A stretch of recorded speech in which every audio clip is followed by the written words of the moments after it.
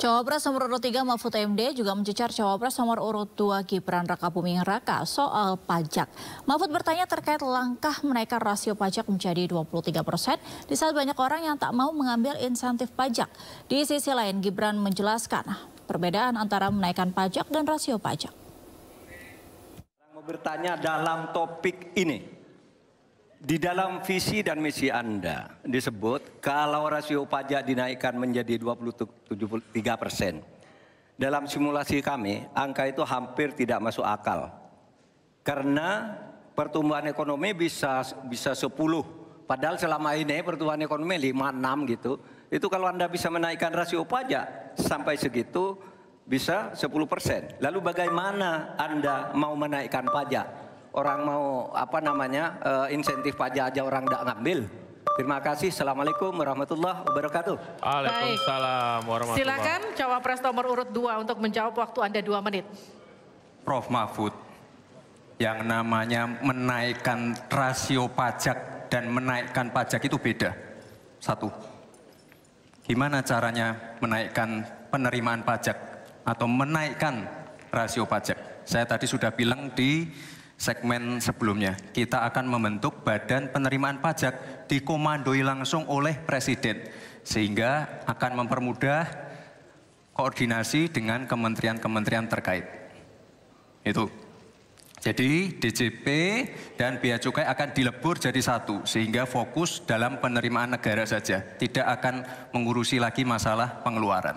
Lalu sekali lagi digitalisasi penting. Saya melihat di Kementerian Keuangan juga sudah menyiapkan, tapi mungkin aplikasinya masih pada tahap testing and enrichment. Kita melihat sudah ada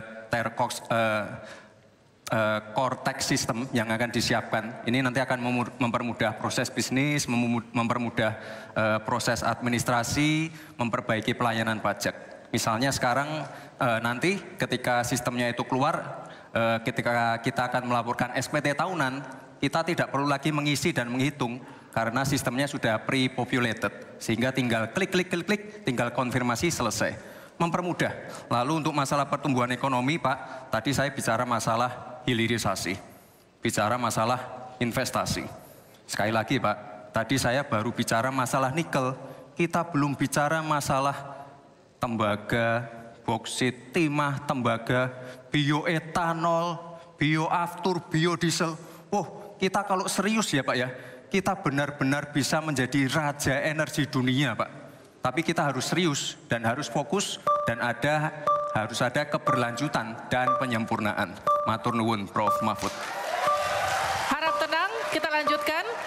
Kita beri kesempatan kepada Bapak Mahfud MD untuk menanggapi. Waktunya 1 menit, silakan ya, Bapak. Mas Gibran yang terhormat, apa sih perbedaan antara penerimaan pajak dan tax ratio? Anda bicara 23%, 23% dari apa ini? Kalau Anda bicara bahwa beda antara penerimaan pajak dan rasio atau tax rasio pajak. Kan kalau persen kaitannya dengan PDB, apa 23% dari APBN atau apa? Kalau 23% dari APBN itu salah. Karena sekarang aja sudah 82%. Dengan tax rasio sekarang hanya 10,5, sumbangan terhadap APBN itu 20%. Saya ingin tanya, 23% itu dari apa? 23% dari PDB atau dari APBN atau apa untuk menaikkan pajak? Hati-hati loh. Rakyat itu sensitif kalau pajak dinaikkan. Karena kita sudah berkali-kali nawarkan tax amnesty, juga tidak jelas hasilnya. Kemudian tax pajak itu, insentif pajak sudah ditawarkan oleh pemerintah. Benar tidak Pak yang mau? Karena diperas-peras juga jadi alat nego di kantor pajak. Nah oleh sebab itu ini harus jelas. 23% dari apa, selesai. Silakan. Masih lanjut. Silakan. Pak, yang saya klarifikasi tadi adalah tax ratio dan menaikkan pajak, Pak. Itu beda. Kita ini tidak ingin berburu di dalam kebun binatang. Kita ingin memperluas kebun binatangnya. Kita tanami, binatangnya kita gemukkan. Artinya apa? Membuka dunia usaha baru.